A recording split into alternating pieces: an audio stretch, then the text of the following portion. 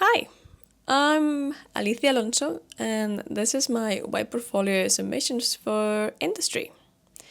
So, every design choice that I made throughout this site was to resemble how my real professional portfolio would look like, and have a feeling of how that layout would affect the organization of each collection and project. So I wanted to use this opportunity to have a test and try out how I would actually do it once this model is done and I can proceed to do my own personal portfolio. So here are my main sections on the website. First, a logo on the top corner, which it also links to the homepage, which is this one that you're seeing right now. A centered top menu with each subpage of the portfolio over here.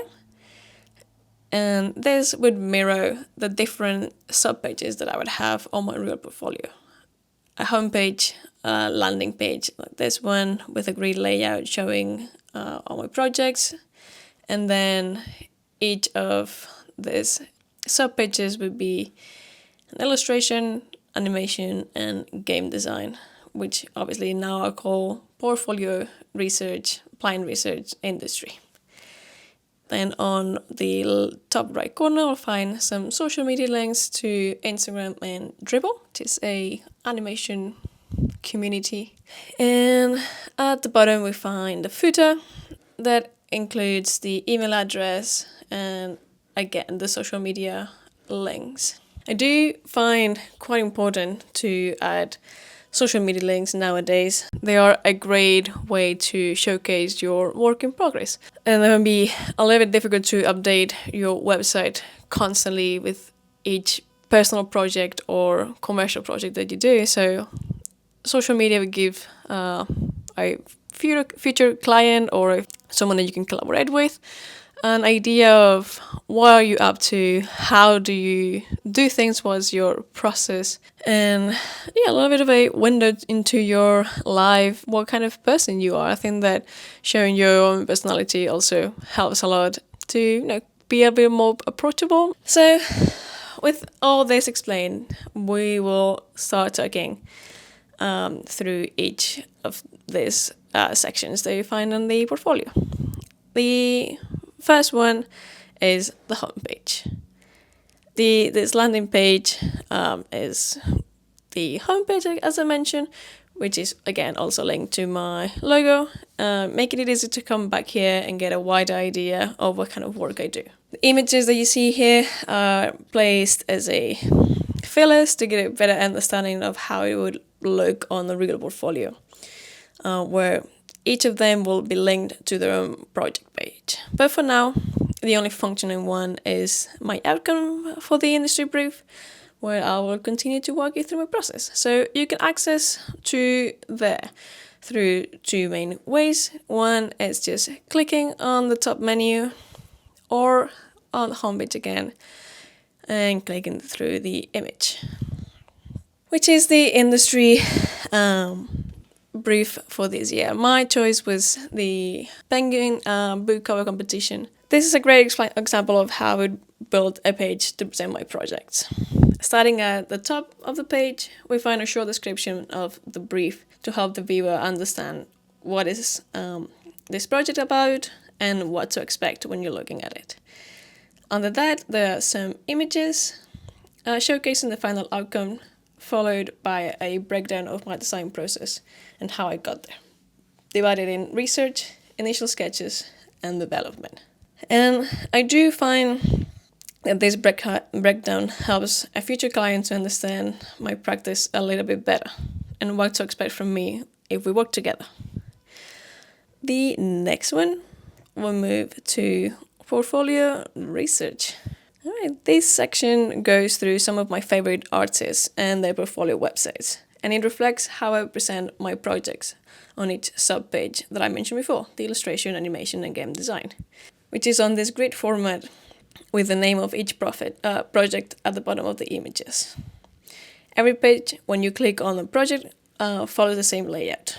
So let's start with the first one, Esme Shapiro, where you would find a top title, and in this case it's also linked to their personal website, and followed by a short description of what I've learned. And that short description includes things that I don't like or that I would do a little bit different. Like, for instance, I don't really like how short the descriptions or non-existent the descriptions are on each project.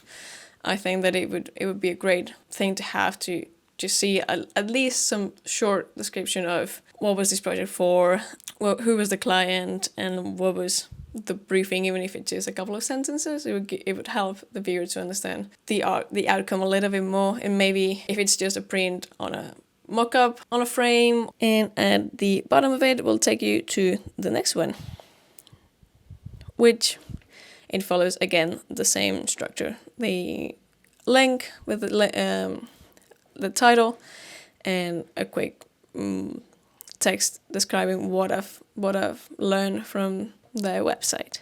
And this research, I do think this process, I do think there was a crucial step to build my portfolio, because it allowed me to experiment with different flows and styles, gather references on layout, colors, typefaces, and logos, and see how they transmit their personality through the body text and the about page.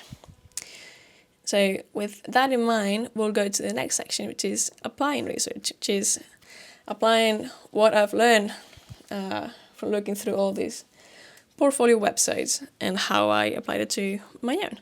When I started making my site, I tried to always have some traits in mind what I wanted to showcase, what I wanted my website to transmit. And those traits are friendly, professional, engaging, approachable, passionate, handmade, and minimalistic. So on these 3 plus an extra sections that we're going to look into it now, I've always tried to keep that in mind and make all the decisions that would allow me to show those traits and show who I am as an artist and as a person.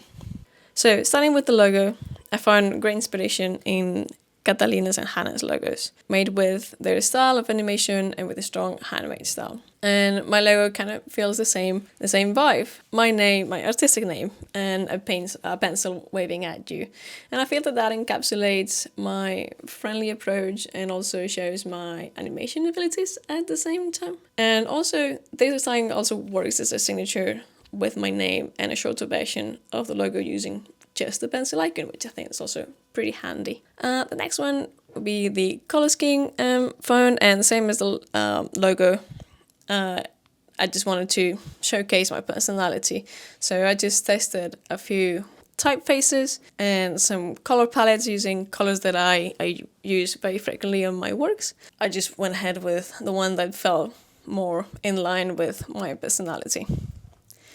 I also felt that even though I saw a lot of white backgrounds on many artists, I felt like a more paper, like color paper one would work a little bit better for me, since my style has a strong traditional and handmade feel. And the next one is the layout, which I think this was probably the hardest part of the assignment, since it seems that everyone was following different styles and rules.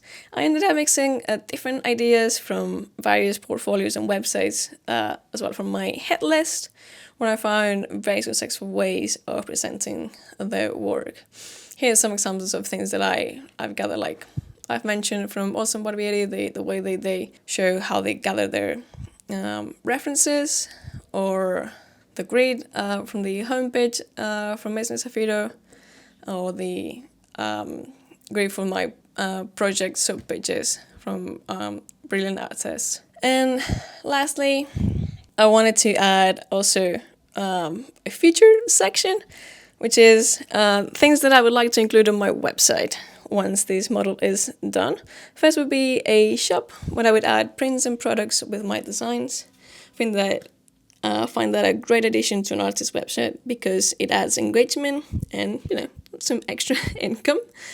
And the second one is adding some pop-up elements like images and text, the way that Awesome Barbieri does when you hover the mouse over the projects. I feel like it provides extra information without any effort. Lastly, we would move to the About page, which is the last section of my portfolio. And here people can learn a little bit more about me and how to reach out. This section is a great opportunity to reinforce the traits that I try to present with my design choices, with a photo of myself and a short description of my hobbies and interests, followed by links to my email address and Instagram account. Obviously, I don't have any clients yet, nor publications, but this is how I would present them once they start to come in. And there's also a contact form for people who doesn't have an email app installed on their device or want an easier and quicker way to contact me. And that is my presentation. Thank you so much for your listening to me and your attention, and I hope you find this very easy to follow and very clear. And thank you so much.